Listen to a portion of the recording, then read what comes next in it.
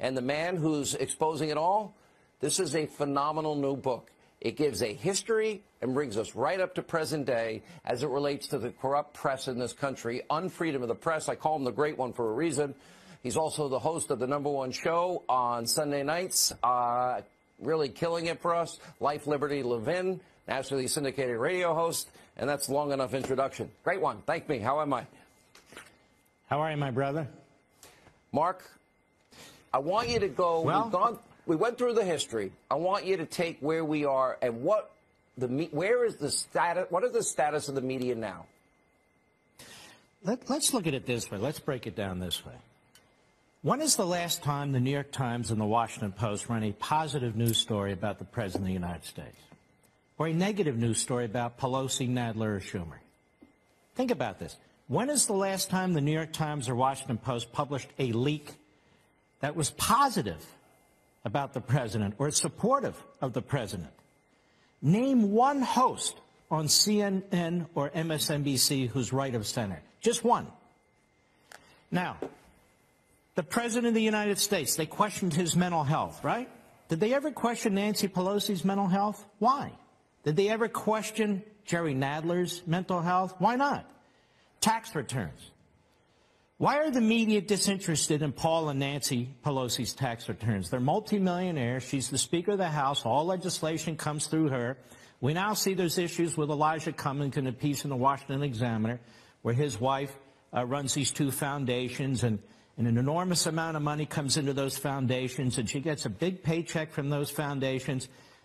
And some of those who are donating or have donated are overseen by his committee.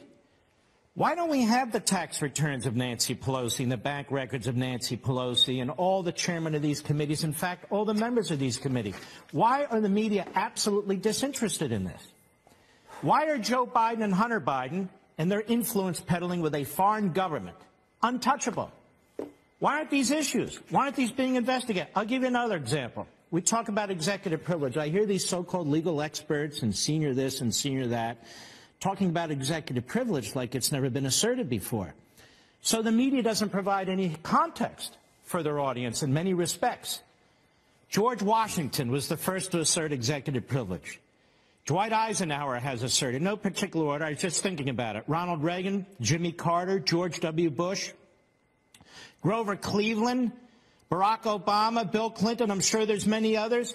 So why does a president assert executive privilege? Because he's trying to hide crimes or financial misconduct, or he doesn't want information to get out? No, because he's protecting the executive branch from Congress. It doesn't say in the Constitution that Congress gets whatever it wants, that Congress can issue whatever subpoena it wants against anyone it wants for their personal records, for whatever it is. Congress doesn't function that way or isn't supposed to. Executive privilege can be asserted for a number of reasons, including protecting the privacy of White House deliberations, that is, a president with immediate staff, like Don McGahn, his lawyer. I heard somebody say, I forget which network it was on, I just said, gee, what a knucklehead. And they present themselves as a legal analyst. That the president somehow waived privilege with Don McGahn because he allowed Don McGahn to speak to the prosecutor. The prosecutor's in the executive branch. We're talking about asserting privilege against Congress getting the information for Mr. McGahn. Two different things. It was never waived. And so what does Mr.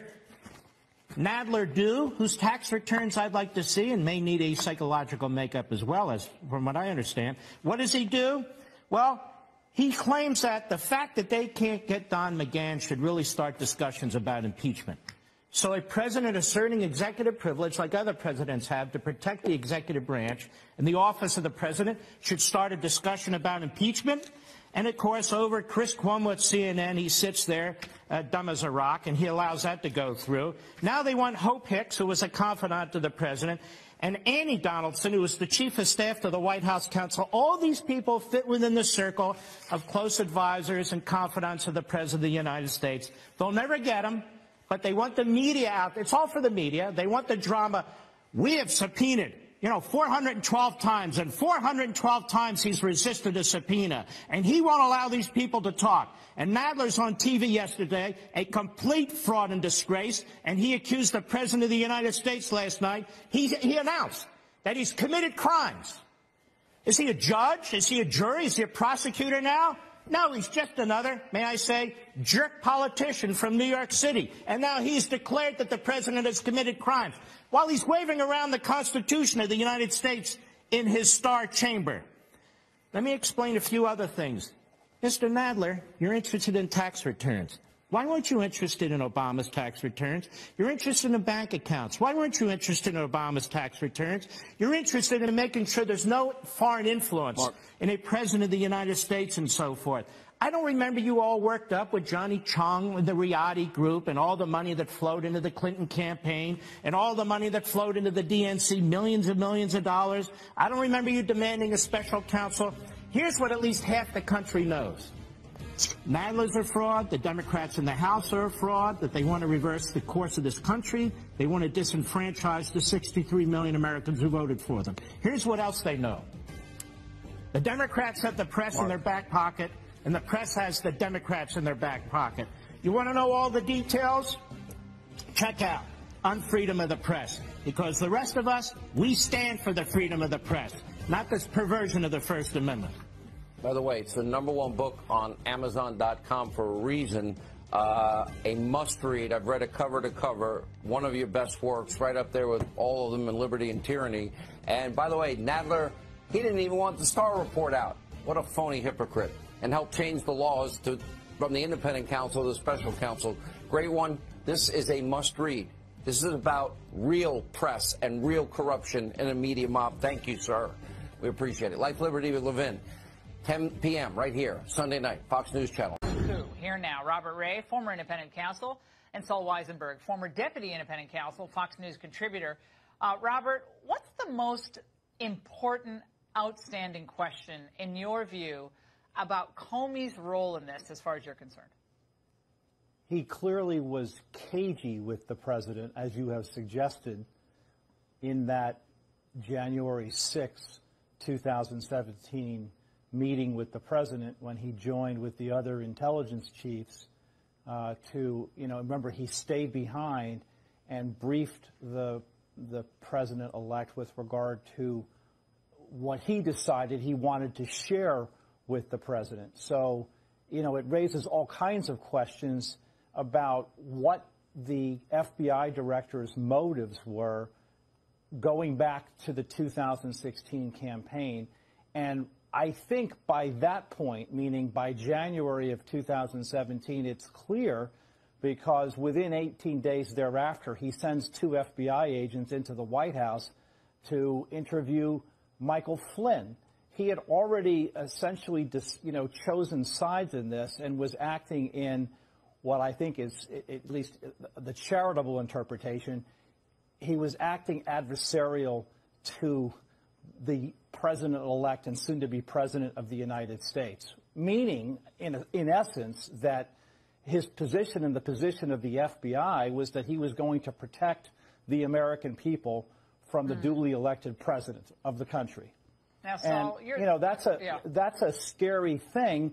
I do think that is among the questions that the Attorney General, Bill Barr, now is going to be looking at, from the standpoint, one, of deciding whether or not any crimes were committed, and second, if not that, whether there are people remaining in the Department of Justice or at the FBI who should be subject to disciplinary action, and third, and probably most importantly, so that, in the president's words, a presidential candidate never has to face this again, some real hard questions about how the FBI wandered off in the wilderness here without supervision from leadership at the Department of Justice. All right, Saul, I got to get to Saul. Saul, there's a lot here to unpack, but we now have on Capitol Hill, they're trying to pull in Hope Hicks, former communications director. Don McGahn stiff-armed him today.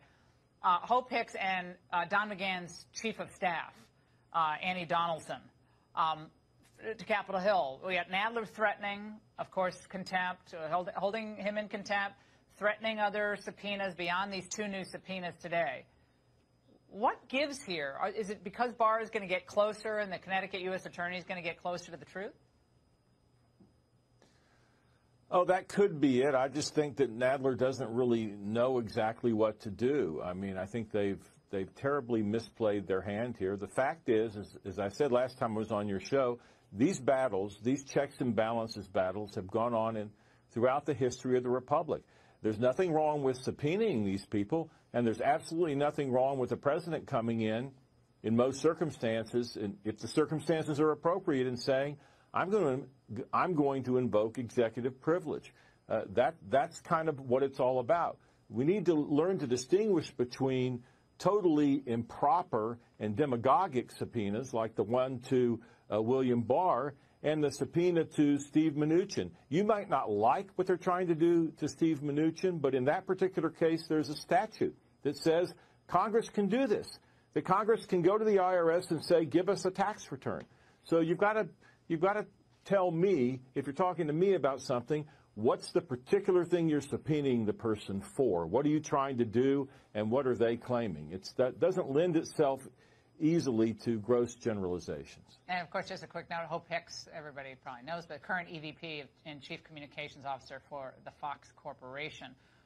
And, by the way, conservative watchdog group Judicial Watch, guys, is now suing the DOJ for any copies of a chart that apparently they had compiled, they had drawn up, that shows statutes that Secretary of State Hillary Clinton could have violated for that unauthorized use of the private email server. Now, that chart apparently was disseminated within the FBI and excluded any section for just gross negligence.